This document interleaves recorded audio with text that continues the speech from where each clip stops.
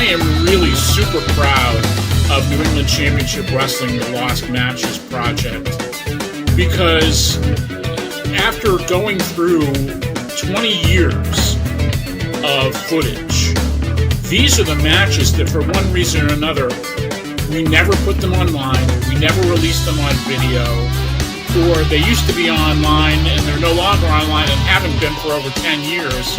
And if this is the stuff that isn't online, it just shows the depth and the quality of New England Championship Wrestling over a 20-year period. It really tells the story of the company in an interesting and a compelling way through matches that are unreleased or unavailable on YouTube.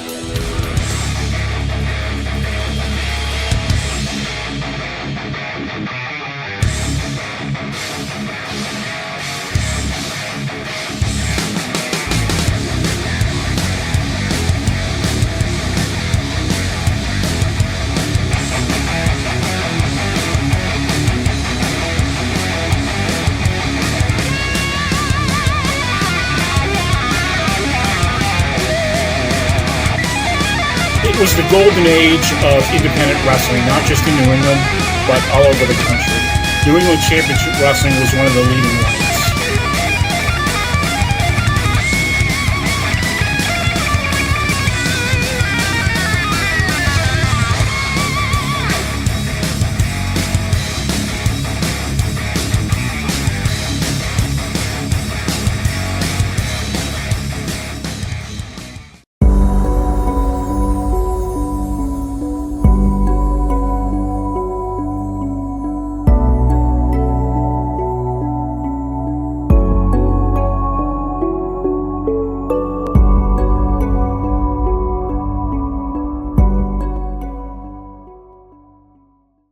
Oscar Mike Radio is a proud podcast partner of Reach Across America Radio, heard every Thursday at 11 a.m. and Sunday at 8 a.m. Eastern.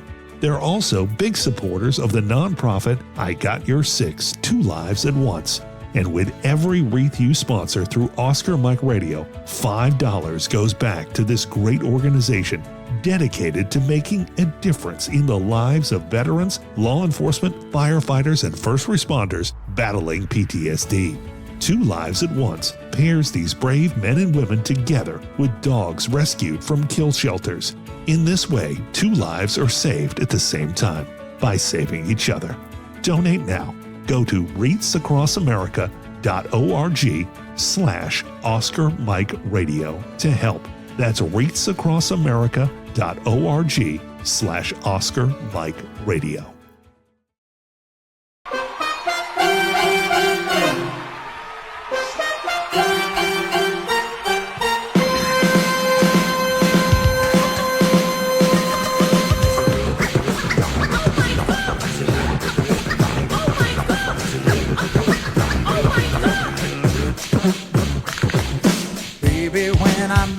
There was peace unknown. I set out to get you with a fine-tooth comb. I was soft inside. There was something going on.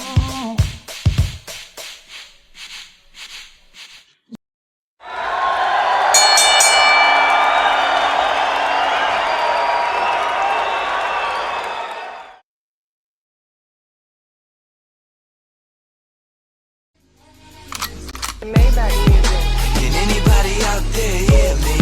Hear me? 'Cause I just wanna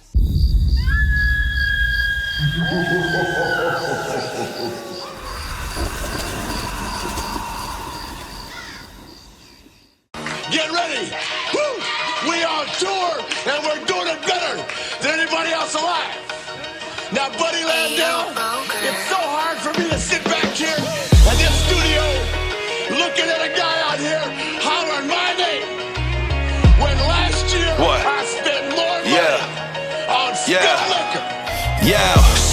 Every bar's holy, straight divinity. Great stability with ancient wizardry. God goes writing on the page after I prayed, he visits me. My frame is spiritually plateauing when angels lifted me.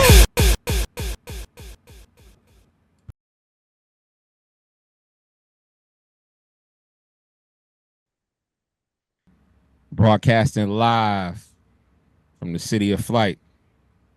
And it's only right that I introduce my guest tonight.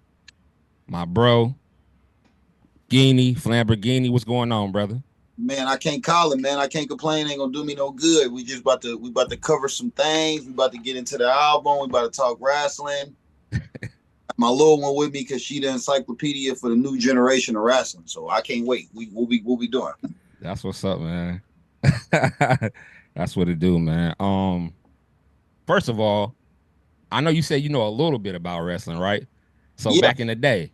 I know a lot for real. It's just I don't know the new guys. Yeah. So if what's your favorite era then? Like if you want to talk about like as far as like back in the day. I'm from the era like when WCW was NWA. Yep. So like my mom's favorite wrestler was Nikita Koloff. Yo, that's crazy. I love Nikita Koloff, bro. My mom's favorite wrestler was Nikita Koloff. Mine was Sting. I like Sting. I like Lex Luger. I like Razor Ramon, Ultimate Warrior, Hulk Hogan, like that early 90s, late 80s type era. And then transition to like the DX and the NWO and the Goldberg and that type era. I kind of stopped after that. Mm-hmm. Around the Stone Cold Hunter Hearst Helmsley era, like that's right when I checked out. So the Attitude Era you checked out. Yeah, I was in it for the Attitude Era, but right when it transitioned, I even watched a little bit of ECW. You know what I'm saying? Like I was a wrestling head, like WCW, WWF, ECW. I was watching all that shit. You feel me? So like teenage years, it got a little, I'm transitioning. I'm not really liking the same things I liked when I was a preteen. I got more into real like basketball, football, things like that. I even started watching like Tiger Woods on the golf side. Mm-hmm. It's like Santa Claus. Once you wake up and realize it ain't real, it just don't hit the same. You know what I'm saying? Hey, you're not the only one that said that though, because like the Attitude Era was like my favorite era to watch, but like when it went to the Ruthless Aggression era, it was kind of like I kind of lost a little interest. I'm too smart to be fooled by this stuff. Now, back in the day, you said NWA. Yeah. My favorite tag team was the Midnight Express. I don't know if you remember that. Them and the Road Warriors used to go at it all the time. Yeah. The Midnight Express was they was like my favorite. Sweet Stan Lane and Beautiful Bobby Eaton. Rockers? Oh, the Rockers was Shawn Michaels and Marty Jannetty. Yeah. They was fire too. Legion of Doom. I mean, not Legion of Doom. Doom. Road Warriors, yeah. Or Doom. Yeah. Doom. WWF. Doom. You talking about Ron Simmons and Butch Reed. And Demolition. Facts. Yeah. Facts. Hey, you know what? Said it's the one. Like, the tag teams back then is way better than they are now, in my opinion. Yeah. I was a fan of Mr. Perfect, too. Ooh, Kurt Hennig. Kurt Hennig, man. Yes. That was Kurt my Hennig guy. was the truth. Yeah. Kurt When Hennig. he came on the scene, yep. He had that little promo when he came to WWE where he did everything perfect. Yeah. I wonder how many takes it took him to do that. You know, he was shooting baskets. You know, he was doing all that. Kurt Hennig. The gum swat. Bro, I still try to do that today, and I miss it. That was Every time. I can't never get it, bro. Wrestling. I feel like wrestling and music and hip hop, man. I feel like a lot of the arrogance and the cockiness came from wrestling.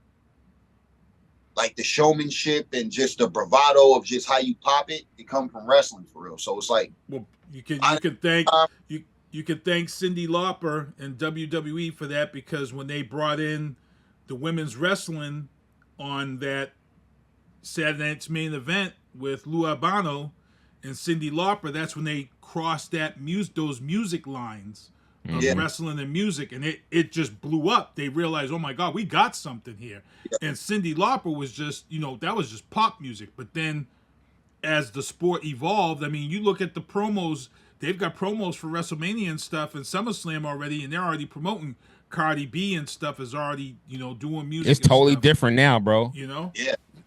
Yeah. It's totally different now, bro. They using different type of they making them look like a movie. Like, it's entertainment, but they using like directors. It's crazy. Yes, yep. They're getting ready for this Netflix era to drop on us. That's what they're doing. This whole thing we're seeing, they're just getting ready for Netflix. They're about to really change it up.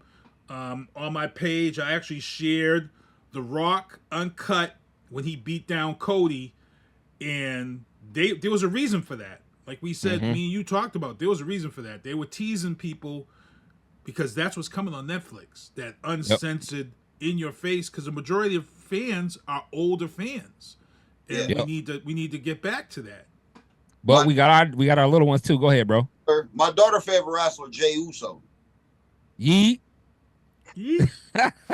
Yeet. Yeet. Hey, Jey Uso. I was mad yesterday. He lost his belt. How you feel about that? Speak up. Yeah, how you feel about that? You don't have no words.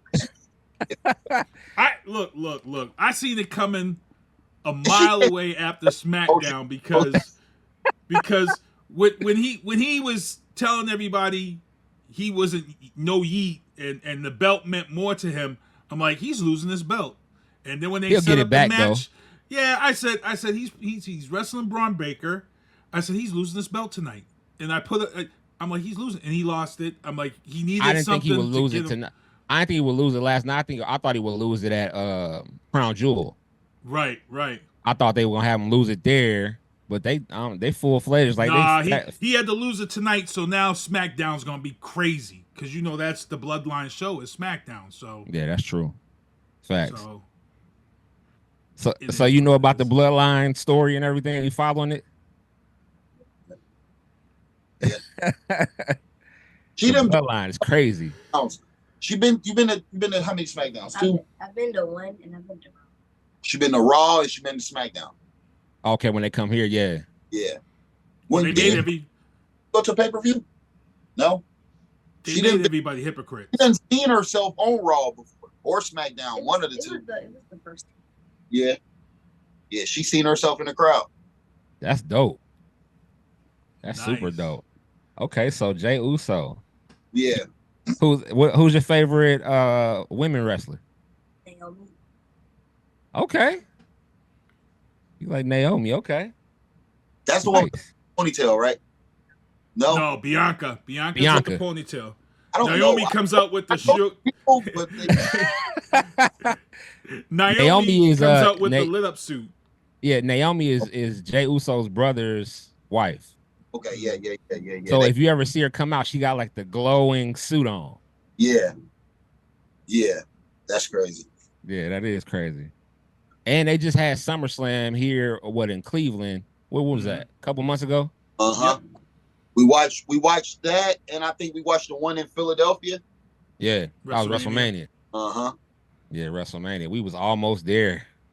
We pump faked on that. We should have never pump faked on that because that was a go. Right. We pump faked on that like, man, should we get these tickets? And we was like, I don't know if we just didn't know, man. But never again will we do that. We're not gonna pump fake on that. I think SummerSlam is on our agenda for next year. I think that. Yeah, I mean, SummerSlam and WrestleMania is in Vegas. I know. That's gonna be crazy. I don't know. Something to think about. I don't know. It's a much bigger deal now than it used to be. Yeah, it is, bro. It really is, bro. Like you have to like plan for this stuff. Big venues for this stuff. This is crazy. Mm-hmm. It is, man. That's what's up. What about you? Got a favorite tag team? I don't know. Don't Jey Uso and his brother wrestle together sometime? Like a year ago. Yeah, they haven't in a while, bro. They broke up. Oh man. So, pretty sure favorite by default if they were still together, but they not together no more. Facts. Okay. So this next art piece of yours, you know what I'm saying, that we getting from you is entitled Triple Gold, right? Yeah. The autobiography of Bryan Alford. Yeah. What's the story behind this project, bro? What direction, or did you go through something that kind of like made you go into this Um, kind of wanted to make sure I had an album called Dayton Daily News that I did in like 2000, maybe 9 or 10. My little brother always tell me I never make an album better than that. Bro, that hey. Still today, bro. It's on my playlist, dog. Thanks, bro. I had to make sure I put it out on the streaming platforms for people that still do listen to it because they deleted that PIF. That's the only place uploaded on. Mm-hmm. My little brother always tell me I never make an album better than that. So I was working on this album for 3 years actually. While I was putting out other music, I was stashing songs to the side for this, and I just made sure I did like some of my most vulnerable, transparent stuff, like really just getting into the whys of how I am nowadays in an autobiographical type of way. It's kind of just like just a story of me, like the things that make me me, you know, the good, the bad, the past, the present, and even into the future. Like it's just a culmination of just everything that I experienced and dreamed that made me who I am today. You know what I'm saying? So make sure that I did something that was, like I said, that top Dayton Daily News, and the name Triple Gold ties into the brand of the outspoken and everything like that with the spoke. So I just look at Triple Gold as like a mentality, like a fully formed version of yourself. You know what I'm saying? Mm-hmm. So yeah, that's really what it is. Just really celebrating myself and acknowledging my wrongdoings to try to get to a higher level of myself, if that makes sense. Where my favorite song that you ever made, bro, is Changes. Yeah. I feel like that when you made that project, bro, like you gave so much of yourself on there, dog. And I had to get back to that with that. Like that's what this is, like them vulnerable moments like that. You know what I'm saying? Like just being see-through for people to really just bare my soul for them, artistic. Word. So when you in the lab, so you said it's about 3 years in the making. Is it a double CD or no? It's kind of like a triple. It's okay. 30 songs on the album, actually, for real. How many? 30. Word. I know that kind of sounds overbearing. Nah, bro. You know when you listen, back in the day, we used to do 3 verses. Yeah. Yeah. And they don't even do that no more. The not doing 3 verses kind of shortens the songs, so it makes it a little bit more easier to make it through those 30 without realizing it's actually 30 songs. You know what I'm saying? So yeah, like we from the time where, you know, it took a lot more to kind of get your full point across on one record. And nowadays, you know, you can make one record that's just a hook, a verse, and a hook. So topic in that little short time and still need to get some more things out. So I wanted to make it 24 songs for 24 karat, but I did 20 like I had a little bit more to do. So what I did with the 24th song is I actually made that the title song Triple Gold, which is like 24 karat is the highest quality gold they got. So it kind of worked out all in the same breath of trying to make it a triple album, but making it one, and things kind of fell in place with the song being the title song for the 24th song. And it just So you gonna release the 24 first and then do a deluxe and put the rest on there? Nah, okay. It's all in all, bro. Like I don't know. I don't really I don't plan on doing a deluxe because there's so many songs on this one. I just wanted to make sure I got everything out that I needed to get out on the first try. You know what I'm saying? Mm-hmm. Word. First time I ever heard you rap, bro, was we was at a party. I think remember Time Bomb? Bomb Records. Yeah. I can't remember where that party was, bro. But you was on a song called Every Time They See Me. That's crazy. That's super early.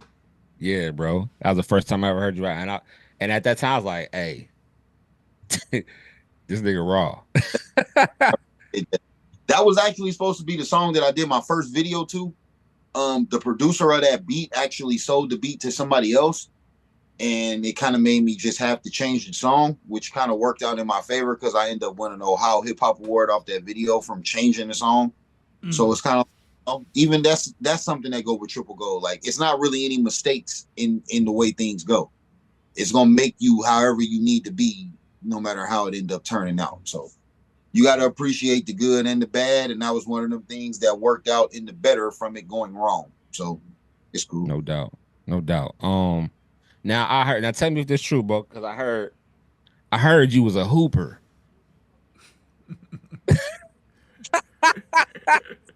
Who told you that?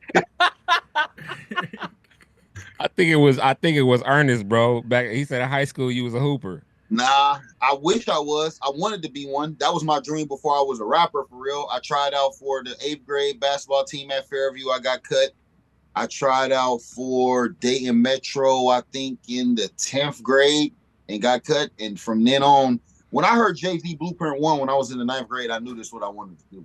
I just loved Michael Jordan so much that I still had a little bit hoop dream left over. So I was trying to figure out how I could make that into something I was good at. But it just wasn't in the cards for me, for real. I love the sport. I love the game. I'm just not, you know what I'm saying? Just like me and her. We both love wrestling. I don't wrestle, though. So Facts. Plays around it. You know what I'm saying? And I talked about this last week, or I did some stupid stuff, bro. Like I used to do the backyard wrestling. Oh. Coming up. Yeah, bro. You're really into it. Yeah, hey. My dude, like he took a DDT on an acorn, bro. No. And didn't get up. I thought he was, like faking. A concussion. Nah. He wasn't faking, bro. Damn. He went to the hospital. Nah, that ain't it. After that, I was like, yeah, I'll just watch it. You got to know how to actually, it's a skill in even faking it. Mm-hmm. That's why I said either he hurt or he's selling the hell out of this right now. Yeah, because they ain't buying it. He got to go. Hey, facts, bro. Like no lie. So you got a lot of stuff going on, bro. Talk a little bit about your clothing line. I started Outspoken in like 2020. It originally started by me doing a project, an EP called Outspoken, and I found the vector logo of the Dayton Spoke online, and I wanted to do some kind of merch with it. And the merch was originally just merch that went with the project that I did called Outspoken, which is why I had Outspoken across the back of the hat. But it eventually turned into the clothing line. I did I don't know, man. I've done so many different styles and designs of hats. I've actually did a collab with Dayton Public Schools. They got some hats that I've done for them for sale at Welcome Stadium right now. That's fire. Thanks, man. I like hats. I've been wearing hats since I was like in the 7th grade. Like I told my grandma I wanted a fitted hat in the 7th grade, and we got to the to the Foot Locker, and she seen it cost $40, and she didn't. He didn't understand at her age, like, why would a hat cost $40? Like, what kind of hat is this? So, I mean, she still bought it for me anyway, but that was just my original love for hats, just buying fitteds in the 7th grade and taking that all the way through high school and getting so many hats taken from me by Miss Carson at Meadowdale. About what, me getting my hat taken? Who told you that? Mom. Oh. Yeah. No rebuttal. I would steal the hats that they took from other kids. I'll take them home myself. But yeah, I'm just a hat person, man. I'm like I say, I like hats. I love fashion. My dad got me into fashion when I was real young. So clothing and hats is just something that's just synonymous with me. I didn't really, they say if you love what you do, you'll never work a day in your life. So this don't feel like work for me. This don't feel like it's just fun. Like I like bringing this shit to life. I like creating things that people can actually wear and use to rep where they from. I feel like I went to Ohio State. I was in Ohio State Young Scholars when I was in the 9th, 10th grade, and I stayed on their campus with Cincinnati, Cleveland, Columbus, different people from different cities, and they will all have hats that represent where they came from, and we didn't have one. So like, it's crazy that I'm filling the void from the past back then now with giving people this sense of pride. Whenever they go out of town, they make sure they get hats to wear when they go to Miami and California and different places like that. So it's a passion project for me. I just like it. I like to do it.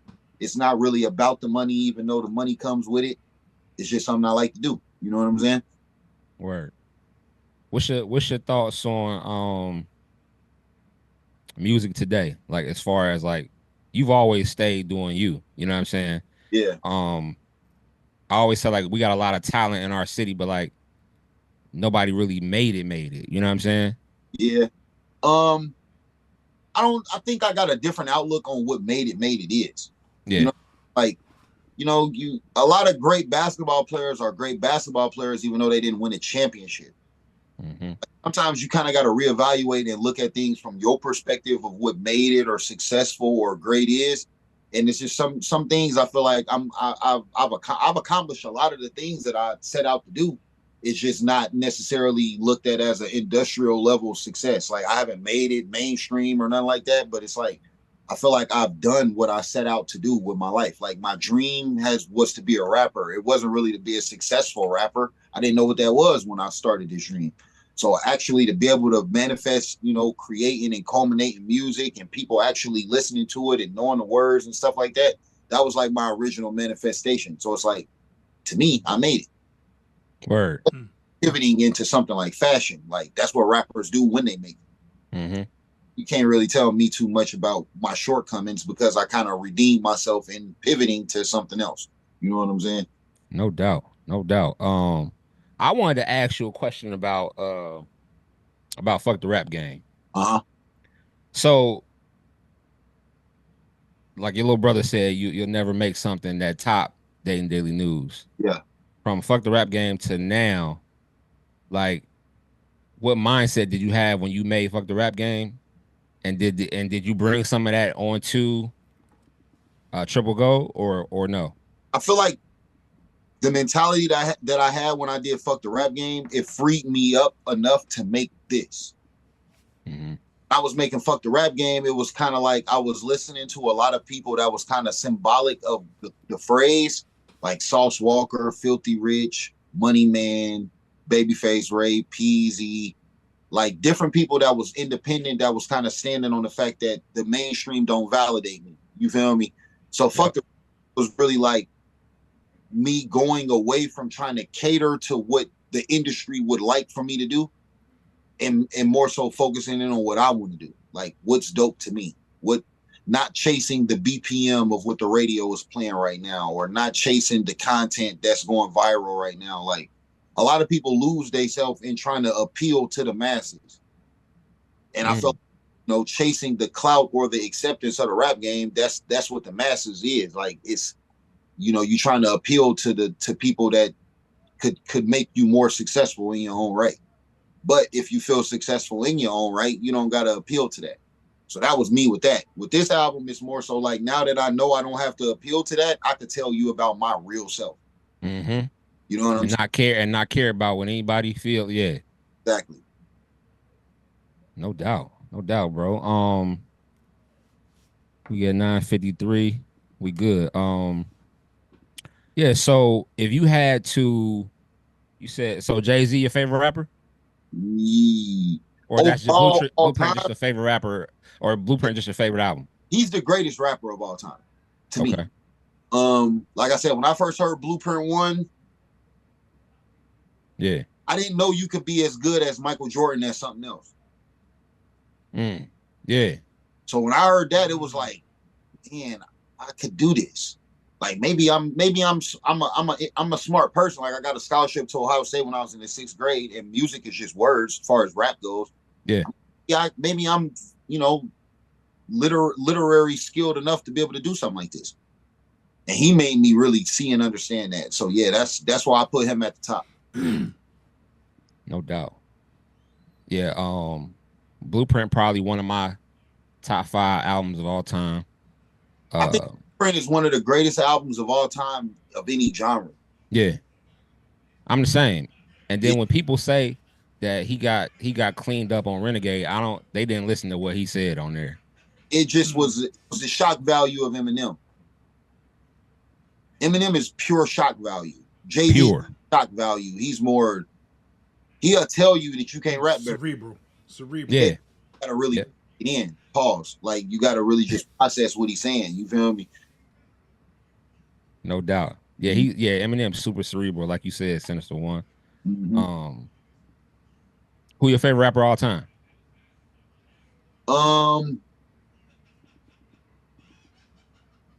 Jay-Z. I'm kind of like emotional with rap. Like I don't, depending on how I feel, it's who's like what I'm focused on right now. Yeah. For a long time, Young Dro was my favorite rapper. Word. Yeah, like Young Dro was like, Young Dro and Cassidy. Cassidy was a big influence on me too. It's like the Metaphor era was like big on that. I was big on Cassidy. It's crazy because like my tone of voice kind of sounded like him a little bit, and that kind of like got me compared to him a lot. But it was just really, I liked his lyricism. Like I like Fabulous. I like Cassidy. I about to say Fab was like, yeah, Fab, one of my favorite rappers. I kind of heard you in Fab, if that makes sense. You know what I'm saying? These is the people that was like showing me how to rap through just being a fan of their music. You know what I'm saying? So like Fab, I fuck with Dipset. Like it was just and Squad Up Lil Wayne. Like Squad Up Lil Wayne kind of like definitely took my perspective to another level. It's just the time I grew up in. Like, you know, that Squad Up Lil Wayne was different, by the way. Yeah, that 2001, 2002 to like 2006, 7, that made me who I am. Word. It made me. Word. Couple more questions, man. Question for the little one. Jimmy Uso is back. Are you happy about it? How you feel? I feel I don't know how to describe it. It's great. You glad he came back? Because I'm glad he came back finally. I mean, he was gone for a long time. That's the brother, right? Yeah, that's Naomi's husband. Okay, hold on. Didn't you cry when he left? Oh, I sure did. Okay, I'm connecting to bloodline shit, right? Yeah, bloodline, bro. That she was hurt about that. You know what's crazy about the bloodline? It's like you got The Rock, Rikishi, like all of these guys, bro. Yeah, like they running wrestling right now. Bloodline is crazy. That bloodline, truthfully, is craziness. And when you watch that the Young Rock show, and see how deep that family goes back to all the way back to Chief Peter Maivia, you know that was the start of it. They don't know Rocky Maivia. Yeah, we're going way back, you know, and then Rocky Johnson comes in. Early hair and the white. You know, it's crazy. Facts. Yeah, it's craziness, you know, and I thought it was a good promo shoot the other night on SmackDown.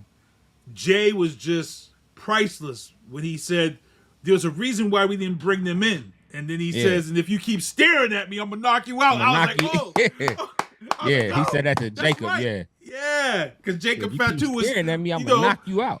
That was some real stuff right there. You know, as a brother, you feel that. You know exactly the heat he was feeling. You know how you be sometimes in the situation, you know, you just gotta let a dude know. If you're around somebody that keep looking at you and you ain't even talking to them. Yeah. Like, bro, why he keeps staring at me though? Like, why him? Y'all gotta understand, we got the Fire Stick in our house. I gotta make sure that the bill is paid so she can watch her SmackDown every Monday night. Yeah. She's not gonna have a good Tuesday morning. So hey, I'm Fire Stick shouty, so I understand. Yeah. For sure. Last question I want to ask you, bro. I asked you before, but I want to ask you again. If you could tell 18-year-old Flam something, what would you say to him today? You could be so much more than a rapper. On my album, man, I this is a quote that I stand on. I say, I put off being a man to be a rapper for a long time. It's so much more things to be. Like from me making beats, to recording myself, to mixing my own songs, to designing my own clothes, to designing hats, to doing school supply giveaways, to events where artists can perform. Like, other than rapping, a lot of this shit I'm doing now, I couldn't see me doing it because I was so stuck on trying to be a rapper. You know what I'm saying? Like, if I had a scholarship to Ohio State in the 6th grade, I'm pretty sure that I was smart enough to do a lot more stuff than try to be a rapper. Thanks. But as a kid that, you know, my dad was a very street savvy guy and he did things that made me kind of idolize the wrong stuff. I feel like being a rapper was the safest way for me to be like my dad without going to jail. So that was really where my whole concept of idolizing him is I could be like you legally. But it's more ways. You know what I'm saying? Like I could have been a doctor, a lawyer. I could have been anything. It's just I didn't apply myself to nothing else but this. So that's really what I would tell myself. Just try something else. That's what I tell her a lot of times. Just try stuff. Try to draw. Try to paint. Try to sing. Try to play an instrument. Just try stuff. You never know what you could do. Word. You know what I'm saying? No doubt, bro. Well, I want to thank you, man, for coming on, bro. Man, you know what I'm saying? I just want to let you know, like, you know what I'm saying? I'm proud of you, man. I done seen you grow up, you know what I'm saying? Yeah, thank you, bro. For sure. Patients about mental health and like it's been a rough road for me, for real. Like it wasn't always as calm and figured out as it is now. It's not the most figured out and calm right now. It's just it was on me. You could see that I don't really know which way I'm going. So I appreciate all them times you tapping in with me, man, and offering me to come on platforms and share my story. I wasn't always ready to be as transparent as I'm being right now, but you always did offer that chance to me. So I want to thank you for that, man, and thank you for having us on tonight for sure. For sure, man. I appreciate you, man. Yo, we're gonna take a quick break. We're gonna come back with Pro Wrestling Super Show CEO Ryan Drew, Turnbuckles and Spilt Liquor. Appreciate it.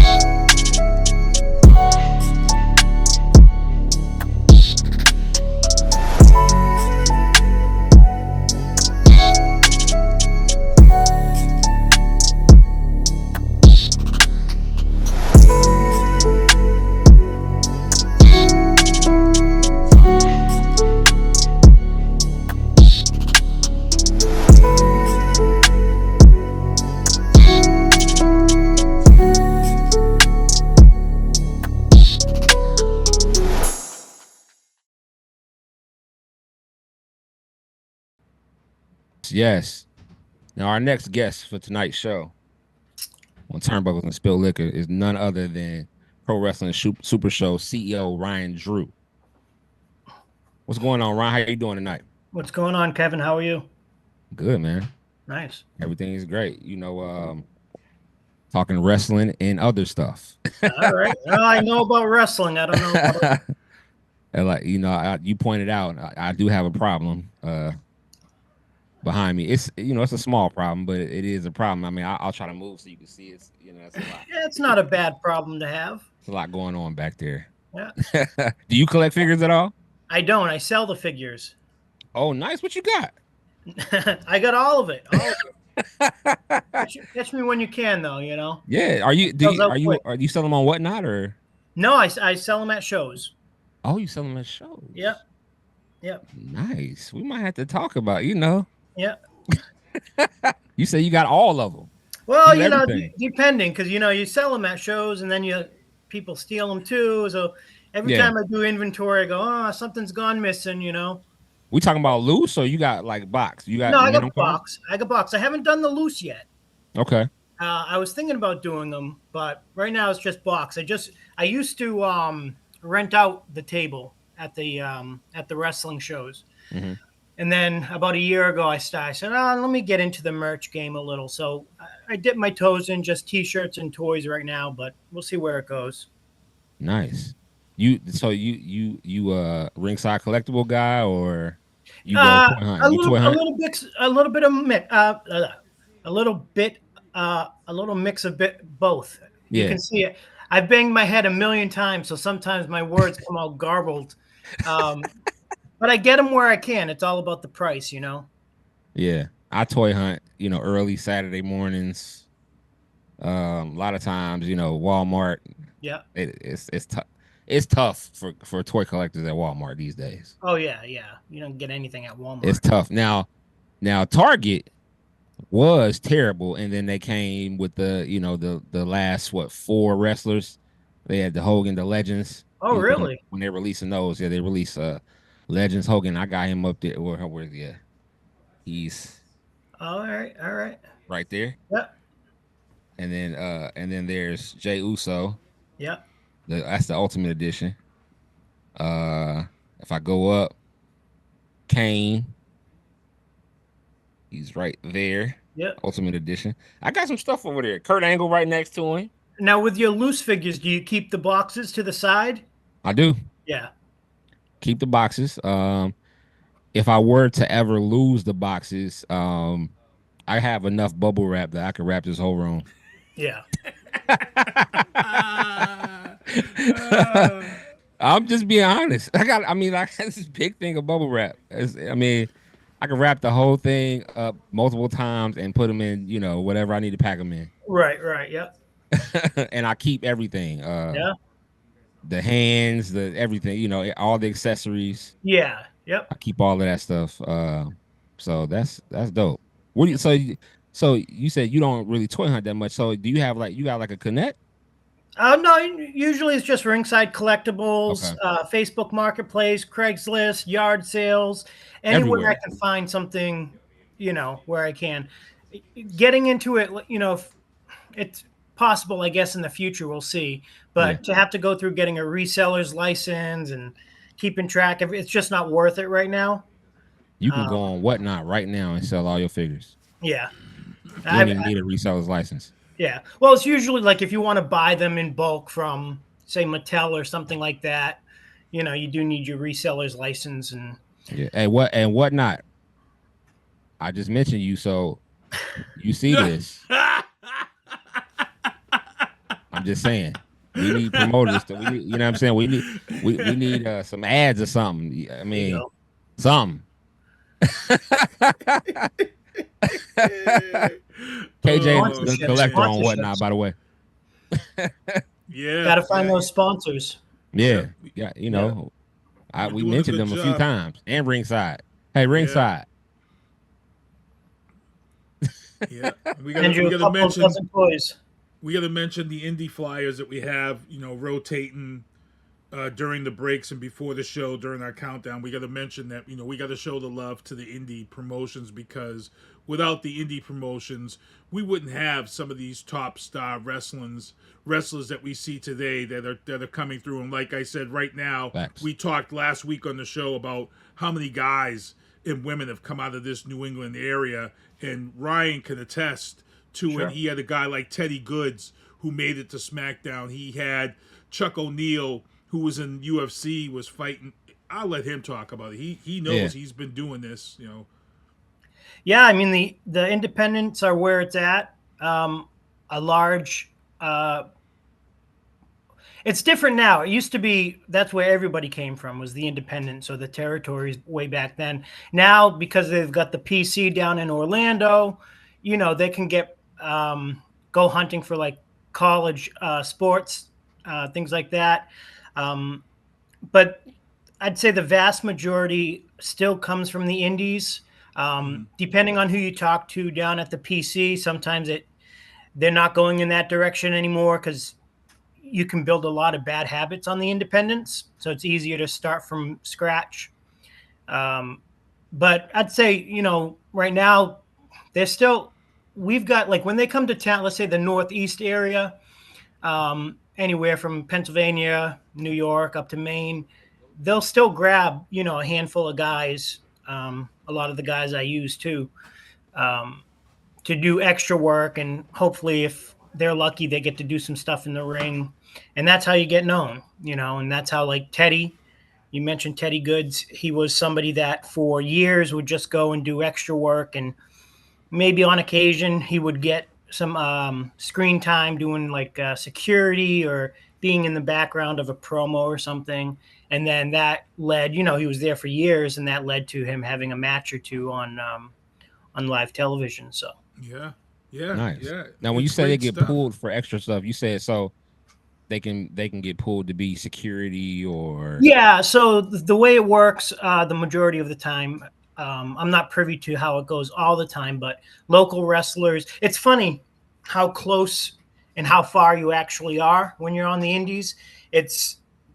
I mean, really, if you're a good wrestler on the indies, because there's some bad wrestlers out there too, it's really just kind of an email away. Send an email, you do your resume, they look at your stuff, and then they decide, well, is this guy worth coming in? Is this guy reputable? So really, it can be as simple as an email. That being said, the difference between being a guy that's, a security guard for the night compared to a guy that's making 6 or 7 figures and headlining WrestleMania, now that's a big stretch. So it's closer than it seems, but it's a lot further than it seems as well. Nice. Now, do they so do, like, say for instance, if one of the indie guys, they get the email that they want to get, are they at that point being invited to come down to Orlando? No. So the way it works is, right now, and again, I'm sure there's a couple of other ways that it works as well. It's all in networking and who you know. If a guy on the indies makes a big splash and gets well known on social media and things like that, they might reach out to that person. However, most of the time, for the majority of people, they're reaching out to WWE. And the WWE does have a process to recruit talent, indie talent specifically. And then you go through that process, and then you just start asking around for emails. You get an email from one guy that went before you, or one of their scouts is doing a seminar in the area, and you go there. Like, it's all networking, but you reach out first, and sometimes you can reach out a dozen times before you hear back, and you may never hear back depending on your qualities. Yeah. As an example, like, so I used to run a school down in Fall River that had a nice reputation. It was around for 30 years. I was the trainer there for a long time. It was started by Spike Dudley from the Dudley Boys. He was my trainer one of my trainers when I started. So it had a reputation already. So in the last year, there's a kid that he's 18, 19 now, DJ Powers, that I've been training. And because he's got the reputation behind him, he's already a step further than anybody who kind of comes from a school that doesn't have a reputation, and he's got people speaking up for him and saying, no, this guy's the real deal, or he's got a lot of potential, or whatever it is. A lot of guys on the indies don't have that. And it's like starting from scratch, and it can be very difficult, very, very difficult. So there's a couple of different ways of getting in there, I guess. But You know what's so crazy? You mentioned Spike Dudley. Yep. I was doing some research on Instagram, and there's a lot of indie wrestlers that were trained by him. Yeah. So the way it worked was Spike was the name trainer. That he's the one that started the school back in 2005, and he was there full time till about 2008. And then in 2008, I was his assistant, so it was kind of split. And then Spike left, I want to say in 2011, 2012. He would still come in every now and then, but I would always tell the students, just tell them Spike trained you. Just tell them Spike trained you, because nobody knows who Ryan Drew is. Nobody knows who Ryan Waters is, right? So you use the name that's going to get your foot in the door. That's right. Mm-hmm. And so that's what we did. So a lot of times, anybody that's putting their names, using Spike Dudley's name, except for Teddy Goods, because I didn't train Teddy Goods. He was in my class. We came up together. They were trained by me as well. Nice. Yeah. Nice. And not to pat myself on the back, but I did the vast majority of the training. So you was out there. I'm the one there twice or three times a week. Spike was there, couple times a month. With all your time that you've had, who stuck out the most to you as being one of the most talented? Somebody that just came in and had natural raw talent. Like the first time you saw him was like, wow, this person's going to be a problem. That would be Matt Taven. Okay. Matt he's part of the Kingdom in AEW. Yeah, with Mike Bennett. He was former Ring of Honor champion. He won the title in a ladder match at Madison Square Garden in 2019. But he was somebody that actually I found him, or I saw him at not a great independent wrestling show in Fairhaven at a VFW, and he had come out and he just kind of he stuck out. I was like, what is this guy doing here?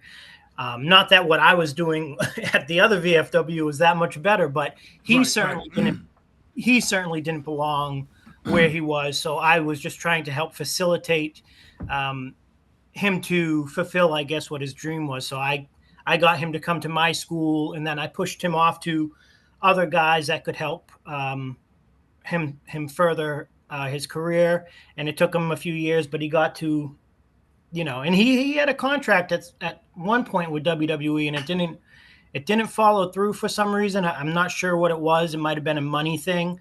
But he's since I want to say 2012, he's had a contract with a national TV company, whether it be Ring of Honor or AEW. So nice. Yeah. Matt Taven. Yeah, Matt Taven. Yeah.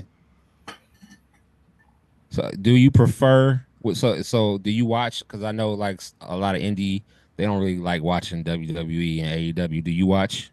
I do and I don't. The problem is I'm a cord cutter, so I don't have cable. Mm-hmm. So with like Raw or SmackDown, I just don't really go out of my way to watch it. If I hear that there's a good match or something like that happened, I'll try to look it up on YouTube or Daily Motion or one of those things. Catch it on Peacock or Hulu or something. But most of the time, the wrestling I watch, I'm not a wrestling snob. I watch a lot of different wrestling, but I probably don't catch it in real time, But I always watch, or I should say I always try to watch the pay-per-views, and definitely the big pay-per-views, Royal Rumble, WrestleMania. I'll try to catch those live if I can, because they play on Peacock. So my question to you is being a guy in wrestling, so have you been able to see Dark Side of the Ring yet? Yeah, I've seen a couple of those. Your thoughts? Because it's probably one of the best shows I've ever seen about professional wrestling. Facts. Well, yes, I think that just like anything on television, even documentaries, they're always going to provide you with their tantalizing slant. Sometimes the story, they present the story in a juicier fashion, or they leave out details they know they can leave out to have a juicier story. I do think the initial Dark Side of the Ring, they were pretty good.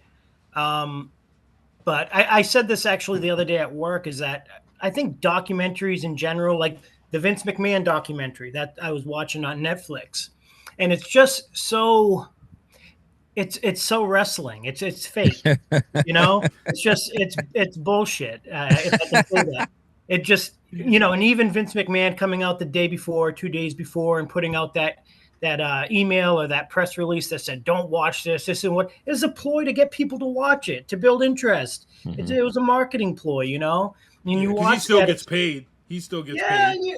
It's just don't watch it, and everybody's gonna be like, "Oh, I'm watching it." Yeah, of course. Reverse psychology. So, yeah. I think with the Dark Side of the Ring, I definitely liked a few of them. Some of them I think is just it's reaching, and some of it's like you don't get the full story or the meat of it, Mm. Yeah, that first season was really, really in your face, raw. I really read into the Chris Benoit episode. I thought they really hinted at something in that episode about him and Eddie Guerrero that I don't think a lot of people caught about the two of them, but I think they really went there and did it the right way. And if you don't know what I'm talking about, you got to go back and just watch the episode, but there's a little something there that they did say.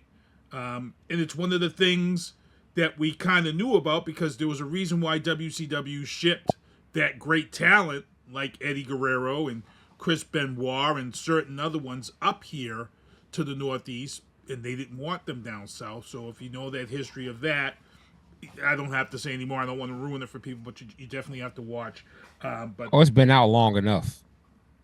Yeah, you gotta give some spoilers on that. So when you watch this episode, and at the end of the day, Vince McMahon was so hated by the Southern promoters because he took wrestling to a place that they didn't want it.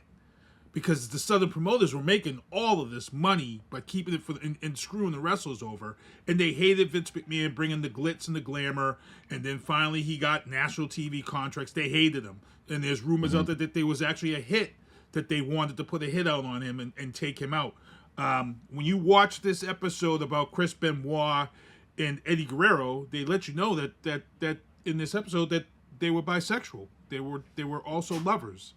And they did it in a very nice, professional way to where I was like, wow, I got it. I get it. And they talked about how Vince McMahon allowed them to celebrate as themselves when Chris Benoit and Eddie, you have to watch it and see because the way they explain it and they let you know that these guys, they were lovers. Well, I'm definitely going to have to rewatch that because I didn't get that. You have to rewatch it. Yeah, rewatch it. Read between the lines. There's an interview in that episode with somebody who talks about when Chris Benoit was at Eddie Guerrero's wedding. There's a whole thing there that they really focus on.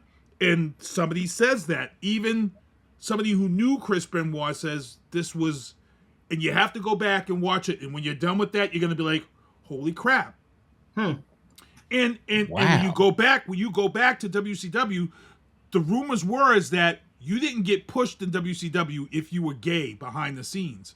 And those guys were never pushed, but they were great wrestlers. Eddie Guerrero was one of those great wrestlers in WCW, never pushed. Dean Malenko is like one of my top 20 wrestlers of all time, and he never got a push in WCW, and then he didn't catch Dean on. Malenko was gay too? So that's the rumors, is that Dean Malenko, Eddie Guerrero, and Chris Benoit, these guys were all either bisexual or they were Eddie gay. up there too. So, wow. Yeah, Well, very interesting story. Yeah. Yeah, that's. You're dropping some knowledge on me tonight because I never heard go that back, ever. go back and watch that episode. It is. I will. Yeah, when you watch it, they did it, and I love the way they did it because I'm like, they need an Emmy. I'm like, because they're letting us know right here the truth about the two of them, and they were super close.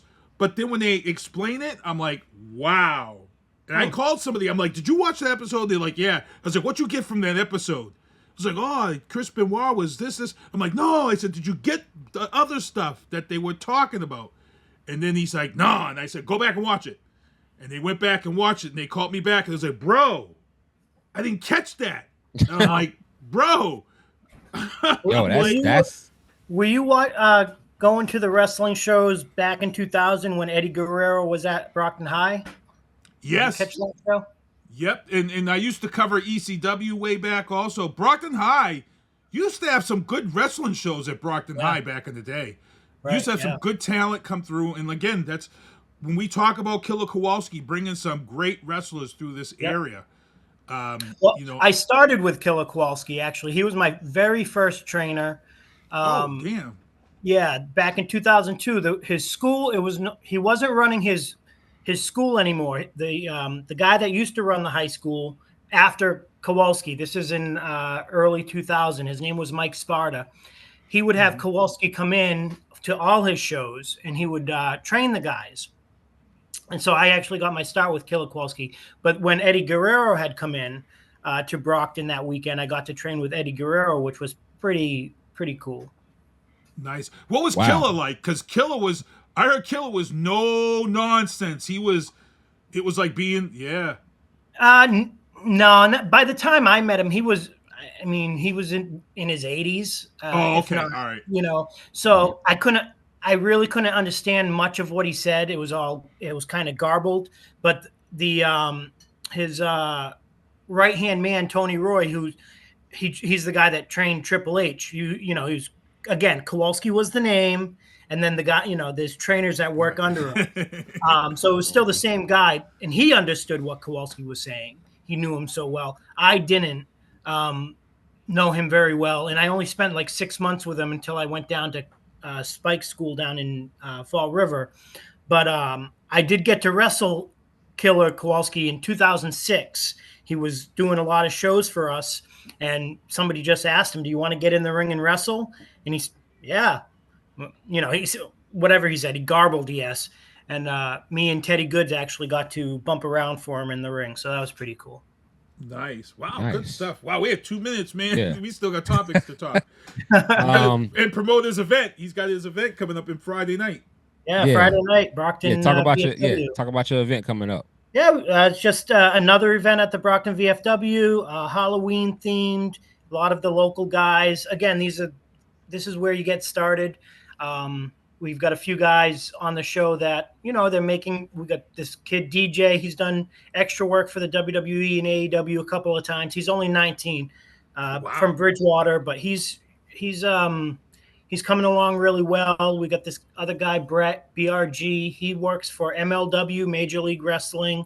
He's actually doing like a 4 horseman gimmick now with Arn Anderson's son. I don't remember his first name. But it's Arn Anderson's son, and C.W. Anderson, I think he was in ECW. Mm-hmm. So he's going to be there. We just did a show in Bridgewater with like Tony Atlas, Fandango, things like that. But it's, we'll be there this Friday. Fun show, cheap. I just went to a haunted house last weekend. It's unbelievable how much it costs to go to a haunted house. I'm like, Jesus, $20 for a wrestling ticket. Come here for 2.5 hours. I swear it's like $200 just, between 6 people to get in. It was nuts. You pack them in, too. That VFW is packed. I've been there several times, and there's not an empty seat left. We try. We try. This week, I think it's going to be kind of light, just from the pre-sale looking at it. But that's okay. You can't have a sellout each and every time. It's a tough weekend because we're still at homecoming weekends for all the schools. Yeah. So you're going up against that. The homecoming weekends are all to close out October. So it is kind of tough. I don't get worried about it. Like I said, it comes and goes. It's like the tide. It comes in, it comes out. As long as the people that go there have a good time, the wrestlers have a good time, everybody makes a little money, everybody goes home happy, I'm fine with that, All right, cool. I'll let my man get back to the topics. Nice. Yeah, let's hit a few topics real quick. In AEW, Sting, he got a multi-year licensing deal. I'm not really happy about that, just for figure purposes, because Jazzwares makes his figures, and I think Mattel makes better ones of him. That's just my 2 cents on it. Jazzware, I like Jazzwares, but they just don't make a good Sting figure, in my opinion. I'm not happy about it. Sinista1, what you think about that deal that he signed? I think he also signed to keep that licensing for that Sting name, because I think what we talked about last week, I think Darby Allin is gonna take that over, and Sting's gonna get some money off of that. Yeah, the Crow. Yep. Which is surprising that he can do that, but yeah, we think that Darby Allin's gonna disappear for a little bit and come back as the Crow and win the title from Mox. Well, that's an interesting theory. If that happens, we need to be right. We need to contact AEW. Like we said this first.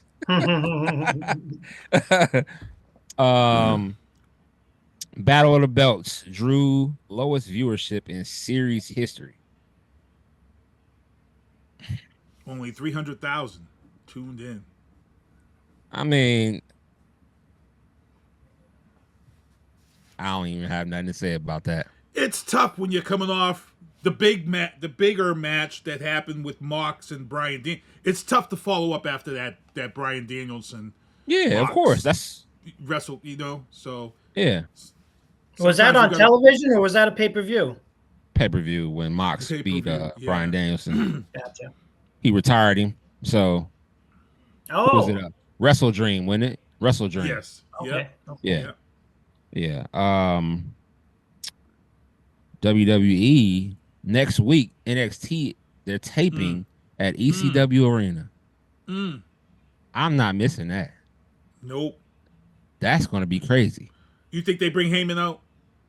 They have to. Oh yeah. That's when he's coming back. That's when we're going to see him again. He's coming back then. And they may not bring him out but he's going to make an appearance. I guarantee he's going to be in some type of promo where he just shows up. Yeah. Best Hall of Fame speech ever. Period. Best Hall of Fame speech ever. It's not close. He killed it. It's not close. In sad news, Samantha Irvin announces her departure from WWE. And then they announced Lillian Garcia. I know. Yo, that was like a big FU. Like I was like, damn. I was like, WWE really did that, because everybody's talk was like, Samantha Irvin's leaving WWE. Everybody's on social media. Raw come out. Everybody said. And the first thing WWE says, welcoming back to WWE, Lillian Garcia. The whole place like completely forgot about Samantha Irvin. I was like, damn, she must feel real bad right now. Like, I was what? I think she was pressured to leave though, man. That's that her husband's in AEW. They didn't, WWE didn't use him correctly. And it probably was an issue, behind the scenes, her still working with the rival company. Right. AEW is going to bring her in, give her a job. She's going to be announcing them. She's going to be saying. He's saying no. Word, and I'm like, yeah. He's saying no. Ricochet put it out there and said no, but it's eventually going to happen. Yeah, I don't believe it either. Samantha Irvin, a couple months ago, she had put out a picture. She used to go to indie shows down in New Bedford, and everybody, my Twitter blew up. I'm like, never does that. I guess I was in the picture with a young Samantha Irvin. She used to go to my shows down in New Bedford. Nice. Yeah. That's awesome. Nice. Tag team divisions are going crazy right now in WWE. They're stacking up. Who you like? Cause so they debuted the Motor City Machine Guns. Yeah. Oh my God. Who was real nice. They still haven't brought in the Lucha team that they signed to a multi-year deal. So this whole thing is about to get stacked. The Vikings are back. They've got a whole new spiel with them. Yeah. And then New Day's about to break up. It's coming. New Day. Yeah. They're both going singles. Kofi Kingston It's time anyway for them. It's time for them to break up. They've been doing this New Day thing forever. It's time to break it up. It's time for them to go singles and put them in the singles. But the tag team division is looking pretty stacked right now. Yeah, we'll see. We'll make they have to. In my opinion, they should bring back more tag titles, like the WCW tag team titles, the ECW tag team titles. I think they need to just incorporate, because they got a lot of tag teams. I mean, just having those 2 or 3 belts, per promotion. I just don't think, one belt I'll tell you right now, NXT, if you in the tag team right now, you won't want to be injured. You do not, because it's over. Somebody's leapfrogging you. Because Montez Ford be putting himself out there. Yeah, he does. I think Montez wants to be a singles guy so bad, man. He does. He's tired of doing the, and I get it. Ryan, real quick, I know we're a little bit over, but Carmelo Hayes, another guy. Yeah. Talk about him, because he came up through the ranks kind of. How long was he actually in the Indies for? Oh, he was on the Indies for years. 6 or 7 years. He started out in this company called Chaotic up on the North Shore, and he wrestled there, I want to say 7 years, because I did wrestle him in 2014 at an outdoor show somewhere, and he was doing a horrible Michael Jackson gimmick.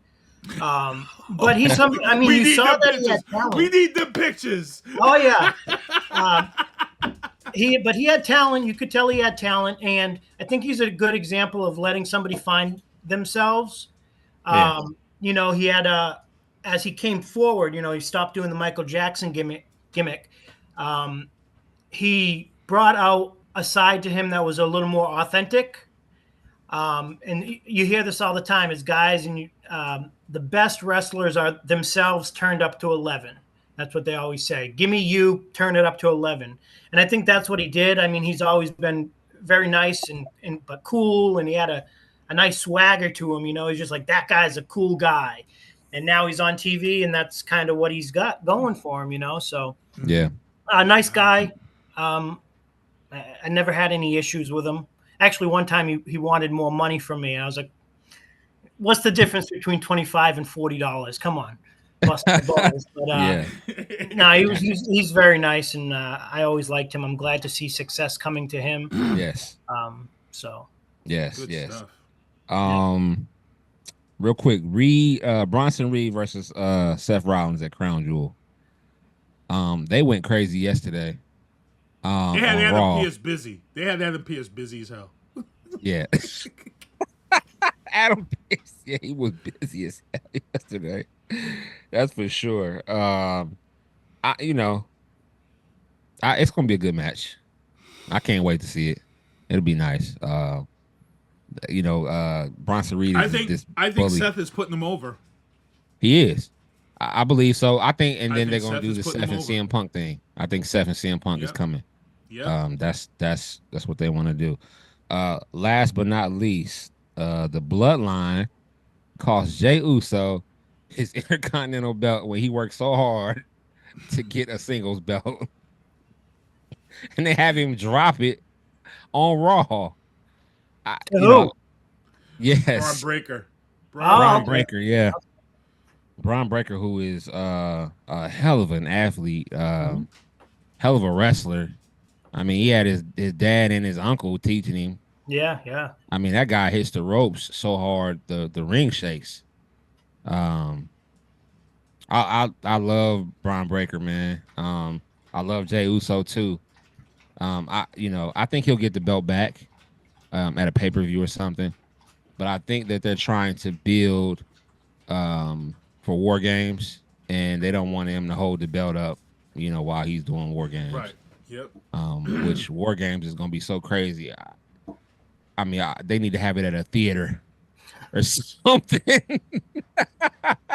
They need to have War Games being like that. Pay-per-view needs to be at a theater. If they sold tickets to watch that at a theater right now, I would get one. You can't just watch that at home. I gotta figure something out, bro. That's that old closed circuit television they used to do before pay-per-view. Yeah. And we used to buy the tapes later on. Remember, I used to buy the War Games tapes for $19.99 off TV because you couldn't see it on the closed circuit. And you used to hear about these Southern matches, the scaffold matches and shit like that. And they used to put the tape out like a week after they would put the tape out. Yeah. And you buy the tape for $19.99. Yeah, there was a lot of tape trading back then. I never got into the tape trading, but I heard about how crazy tape trading was between fans. Crazy stuff. I can't wait for this to happen. So Survivor Series is what I'm looking forward to. Crown Jewel, cool, but yeah, Survivor Series most definitely. And then right after Survivor Series, start going into Rumble season. Which is now moved to February, which they moved to February. Oh, no shit. I didn't know that. Yeah. It's going to be a plan. They got to be planning something big for the Rumble. For them to move it like that. Well, man, this was awesome. This was really dope. right before WrestleMania now. That's really, like a couple months, 2 months, right? Yep. And is it beginning of February? It might be middle of February. Yeah, it's right? the first. No, it's the first. It's like the first week of February. It's after Super Bowl. Yeah. Oh, yeah. We're gonna be busy in the beginning of the year. Rumble is right before WrestleMania, and then they got 2 nights. I heard they're doing 2 nights of SummerSlam next year, right? Yep, 2 nights of SummerSlam now. I think you're gonna see that the norm for the summer because they when they announced 2 nights of WrestleMania, I said this is the most dumbest idea in the history of wrestling. They'll never be able to sell. But then when you heard behind the scenes how many matches get scratched because they can't fit all the matches in one night because things run over and stuff. And when they said that and I heard them, like, oh, now I know why they did it because I didn't know there was that many matches getting scratched to the point where you were going to lose wrestlers because they were pissed. Because this was their biggest moment in their lives, and then you scratch a match for time purposes. So I get it. Now I know why it's 2 nights, and it's working for them. Right. Well, Ryan, look, we thank you for coming on, hanging out with us. We went over just a little bit, but this was great. You got to come back, man. Yeah, anytime. Just let me know. For sure. Felito, for Sinista1, Ryan, this is Turnbuckles and Spilt podcast. Next week we got Sheldon Goldberg. You don't want to miss that at all. We out. All right, peace. In me in vantage points, so I can't abandon joints. Gotta grab the coins, pay me wickedly. Superman of Thor, who am I? Haters mimic me, and they fans cheer him on with their capabilities. Wow, double entendre, crazy lyrically. Had to read a page in Timothy to take it seriously. Cause I ain't scared, I ain't got no fear, baby, get with me. Open doors for the people, you can say it's chivalry. I drop bombs, it'll be a day in infamy. Mainly cause all my ops feeling painful instantly. Stay for sympathy, not me. Creating imagery that everybody you like I made a simile. Facts.